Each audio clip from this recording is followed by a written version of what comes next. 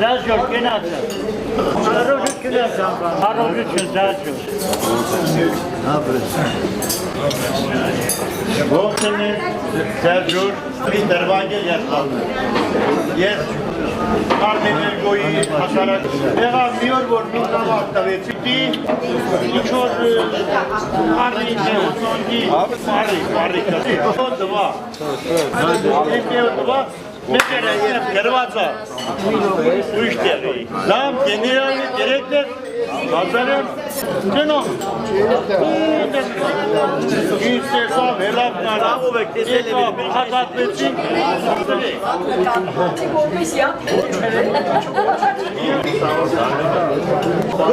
Ha ben de hep yaptayım.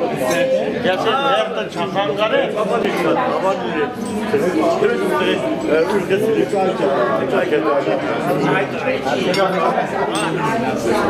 ha,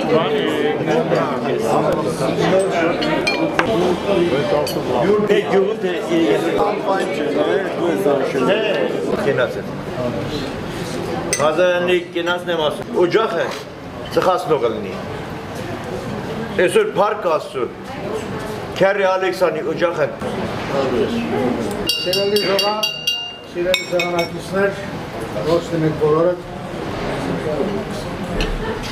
Դա պատմական օր է։ Ոչ միայն նրանով, որ Գառնան սկիզբն է, այլև նրանով, որ այսօր մենք միասին ենք, որովհետև այս օրվա մեջ մենք ենք ներդնում մեզ հաճելի բովանդակությունը Ալեքսանի բարի հուշով և այդ հուշը ունի շարունակություն, կենթանի շարունակություն, նրա զավակները և մանավանդ չեմ ուզում առանձնահատուկ տարբերել, բայց իր նախաձեռնող բնավորությամբ ցակ ու ծրիվ հարազատներին հավաքելու պատրաստակամությամբ առանձնացող մեր սիրելի Ժորայի կենացնելու։ Ժորա ջան, շատ ուրախ եմ, որ մենք այնուամենայնիվ ճշգրտում ենք մեր հարաբերություններն աշխարհի հետ և գալիս կանգնում ենք կողք կողքի կամ դեմ դիմաց,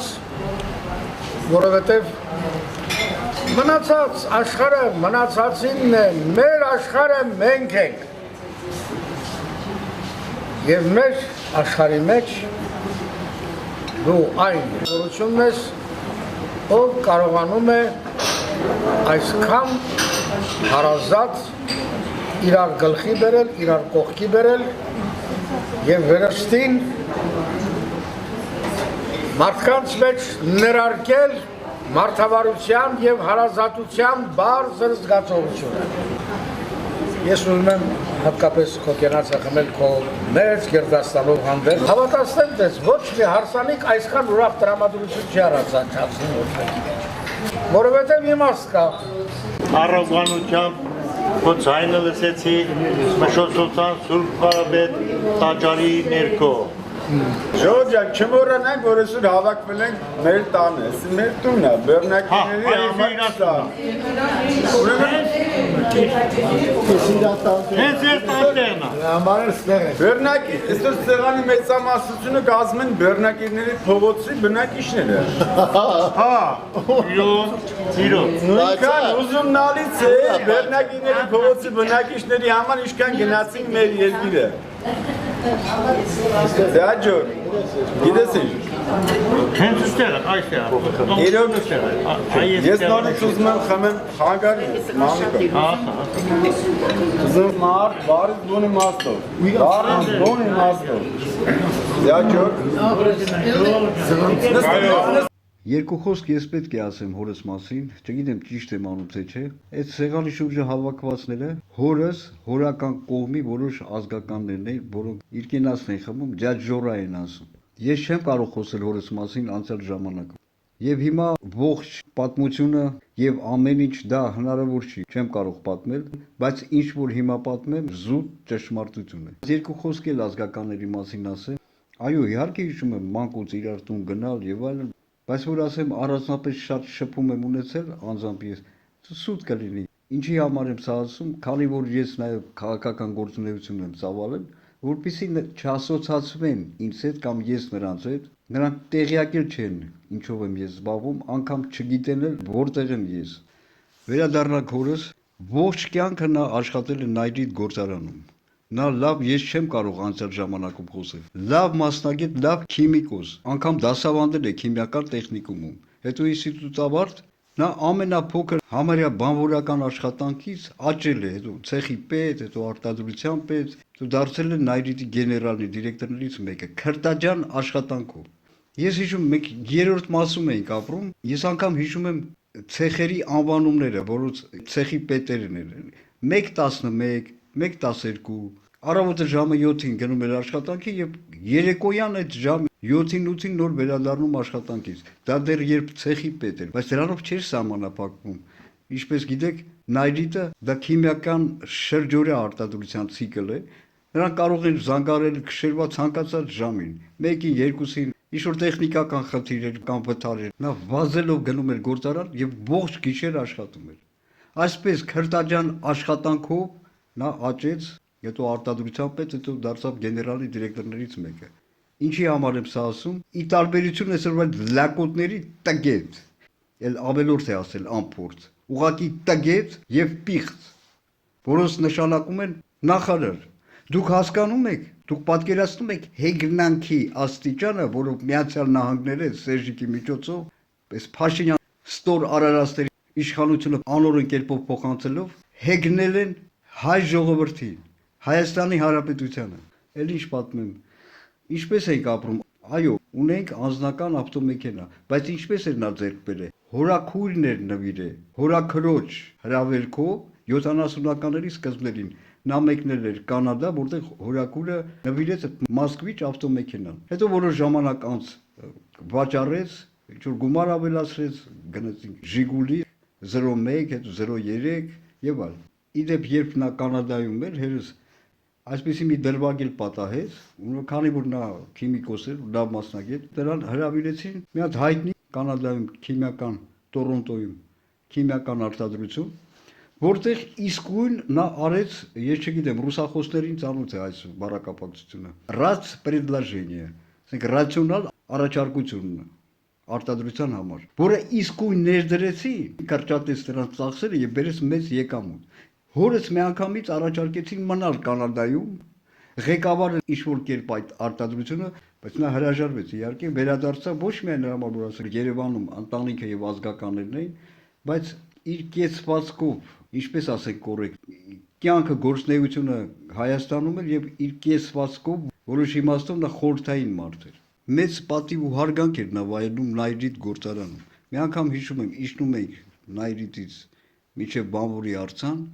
ողջ փողոցը ողջունում, բարևում ընկեր Ղազարյան։ Նրան շատ էին հարգում եւ որպես իհարկե լավ մասնագետ։ Հետո հիշում եմ կաբինետում ինչ թաքցնեմ, եղել եմ, սուտ խոսել չեմ սիրում։ Երբ նա արդեն գեներալի դիրեկտոր էր, կաբինետում ուղիղ կապ կար հաստատած ԽՍՀՄ-ի Սոմինի նախագահի հետ։ Եվ երբ հետո արդեն Ռիժկովն էր, հիշում եմ։ Ինչ տեղի ունեցավ հետո։ 80-ականների վերջերին արդեն սկսել էին այդ քայքայիչները, լևոնական խունտան իրենց սուտ շարժումները, իրենց չարաբաստիկ շարժումը, որը տեսակ ինչի այսօր հանգեցրեց։ Եվ երբ Խորհրդային Միությունը տապալվեց, լևոնական խունտան եկավ իշխանության, դավայ, բանզայ, գրաբ, իսկույն Նայրիտի ողջ ղեկավարությանը, այդ թվում նաև հորս, ազատեցին աշխատանքից։ Այդ սա հորս եւ մյուսների քրտաջան աշխատանքով կառուցվածը սկսեցին քանդել, թալանել, վաճառել, հետո նորից վաճառել, վերավաճառել եւ այլն, եւ այդ հսկայական Նայրիտ կոչվող քիմիական արտադրությունը, որի անալոգը ԽՍՀՄ-ում չկար, աշխարհում կար, կարծեմ միայն Միացյալ Նահանգներում Ձյուպոնի գործարաններից մեկը։ Եվ այդ նորա իշխանության եկած լևոնական թալանչիները, այդ թվում նաև Հրանտ Բագրատյանը, որոնք այսօր իրենց ընդդիմադիր են ներկայացնում։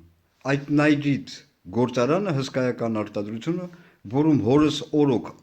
5000 հոգուց ավել եւ եթե հաշվես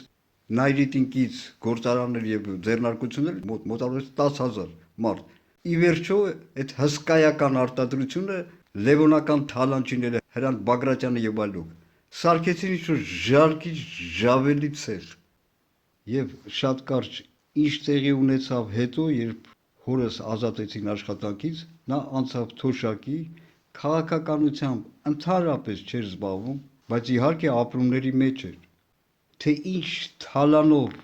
քանդելով փլուզելով տնտեսությունը ինչ ճգնաժամների հասցրեցին Հայաստանը լևոնական սրիկաները հետո Լևոնի բերած այդ երկու Ղարաբաղցի տականքները Ռոբիկ Սերժիկը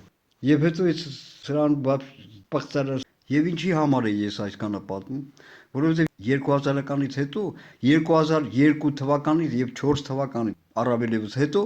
երբ ես արդեն բաց քաղաքականությամբ է զբաղվում եւ ելույթ է ունենում այս սրիկա տականքների հանցավոր եւ անօրեն ռեժիմի դեմ որը խորհրդային միության տապալումից հետո առ այսօր գրանցված է Հայաստանում ուրեմն պատկերացրեք իմ պատճառով հորս թոշակառու 80 անց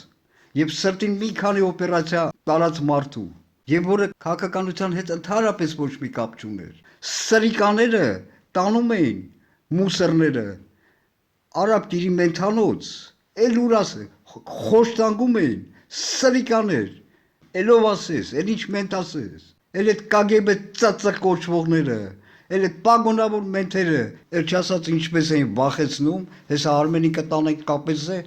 պագոնավոր մուսերները, հեսա Արմենիկը տանենք կապես է, դանակահարեն մեջքից, սկի չեք էլ իմանա ով, սրիկաներ սատկացնելու եմ, ես հիմա չեմ կարող ես շարունակել, որտեղ սկսեմ հայոյել, իսկ ես հոլովակում